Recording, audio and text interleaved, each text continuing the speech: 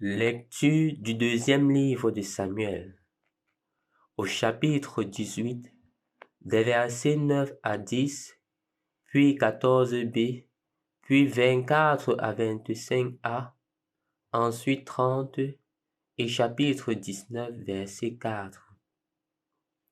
En ces jours-là, dans sa fuite, Absalom se retrouva par hasard en face des serviteurs de David.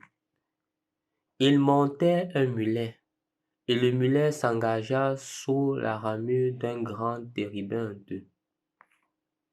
La tête d'Absalom se prit dans les branches, et il resta entre ciel et terre, tandis que le mulet qui était sous lui continuait d'avancer. Quelqu'un l'aperçut et avertit Joab. « Je viens de voir Absalom suspendu dans un térébinthe. » Joab se saisit de 3 épieux qu'il planta dans le cœur d'Absalom. David était assis à l'intérieur de la double porte de la ville. Un guetteur allait et venait sur la terrasse de la porte, au-dessus du rempart. Comme il regardait au loin, il aperçut un homme seul qui courait. Le guetteur cria pour avertir le roi, et le roi dit, « S'il est seul, c'est qu'il a une bonne nouvelle à nous annoncer. » Le roi lui dit, « Écarte-toi et tiens-toi là. » Il s'écarta et attendit. Alors arriva l'Éthiopien qui déclara, « Bonne nouvelle pour mon seigneur le roi. Le Seigneur t'a rendu justice aujourd'hui, en t'arrachant aux mains de tous ceux qui se dressaient contre toi. » Le roi demanda, « Le jeune Absalom est-il en bonne santé? » Et l'Éthiopien répondit, « Qu'il est le sort de ce jeune homme. Les ennemis de mon seigneur le roi et tous ceux qui se sont dressés contre toi pour le mal. » Alors le roi fut bouleversé. Il monta dans la salle au-dessus de la porte et il se mit à pleurer.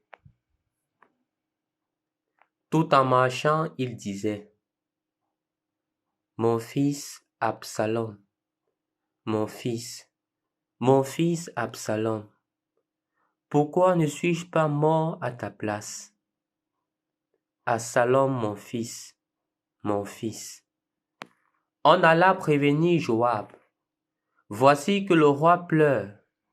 Il est en deuil d'Absalom. » La victoire ce jour-là se changea en deuil pour toute l'armée, car elle apprit ce jour-là que le roi était dans l'affliction à cause de son fils.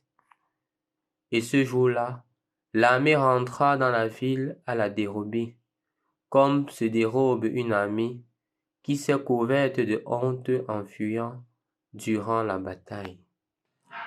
Au nom du Père et du Fils et du Saint-Esprit. Amen. Le soir, Jésus-Christ. Dans la première lecture d'aujourd'hui, nous voyons une situation avec Absalom. Absalom, en effet, était le fils de David. Il fut un moment, puisque David avait plusieurs enfants, qu'il a monté une rébellion pour pouvoir chasser son père. Il voulait effectivement tuer son père. C'est que le père a été prévenu un peu plus en avant et le père a eu le temps d'échapper à l'assassinat, au coup d'État qui était organisé par son propre fils, Absalom. Mais quelque temps plus tard, le père a pris le contrôle de la situation et Absalom s'est mis à fuir. Il s'est mis à fuir et aujourd'hui on voit qu'il a été attrapé. Et Joab, qui était le général de David, a en fini avec lui.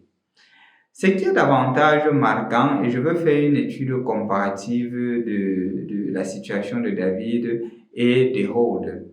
Pourquoi? Parce que nous remarquons dans l'évangile, dans la première lecture d'aujourd'hui, que lorsque on vient annoncer à David que quelque chose s'est bien passé, maintenant on a attrapé des détracteurs, il demande « Et comment va Absalom, mon fils? Comment est-ce qu'il va ?» Et quand on lui annonce la mort de son fils, il est triste. Bien que ce soit son fils qui voulait le tuer, bien que ce propre fils qui était le sien voulait sa mort, a tenté à prendre sa vie, il est encore habité par le désir d'amour. Pourquoi ne suis-je pas mort à ta place, Absalom? L'amour d'un père pour son enfant, l'amour d'un père pour ses enfants. Je crois fermement que c'est une invitation pour nous de voir aussi combien nous aimons nos enfants malgré les difficultés. Ceci va effectivement en opposition avec Hérode. Hérode qui était un cruel. Il y avait un moment où on disait que c'était mieux d'être le porc d'Hérode que d'être son enfant. Parce que Hérode était un homme cruel. Quand il avait seulement l'appréhension ou il avait l'idée du fait qu'un de ses enfants voulait son pouvoir, il en finissait avec lui. Il a plusieurs de ses propres enfants qu'il a tués. Quand il a eu le soupçon que son fils et sa mère voulaient prendre le pouvoir, il les a tués tous.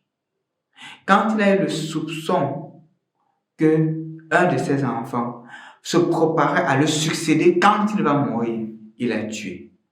À un moment, il est tombé gravement malade. Tombant malade, vu sa cruauté, il a constaté qu'un de ses enfants se réjouissait de sa maladie. Il a fait tuer son enfant. La cruauté de l'homme, à cause du pouvoir. On reste tellement attaché au pouvoir qu'on perd l'humanité.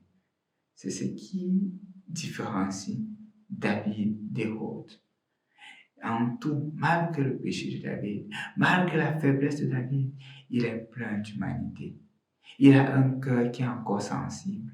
Il a un cœur qui s'est pardonné. Il a un cœur qui regarde avec amour. Et je crois fermement que c'est ce que nous devrions demander aussi au Seigneur. La grâce, comme lui, d'avoir un cœur qui s'ouvre aux souffrances des autres, un cœur qui n'est pas indifférent à la difficulté des autres. C'est ce que nous demandons au Seigneur aujourd'hui, mais aussi et spécialement que nous posions aussi des gestes d'amour, peut-être à l'égard de nos frères, peut-être à l'égard de nos sœurs, que nous avons déjà rejetés, enterrés, que nous avons déjà condamnés, que de la même manière que David regarde encore Absalom avec un regard d'amour et de miséricorde, que nous puissions aussi les regarder avec un regard d'amour et de miséricorde. Et s'ils sont encore vivants, que nous ne les laissions pas mourir sans leur accorder notre pardon. Ne soyons pas des héros, soyons des David. Au nom du Père, du Fils et du Saint-Esprit. Amen.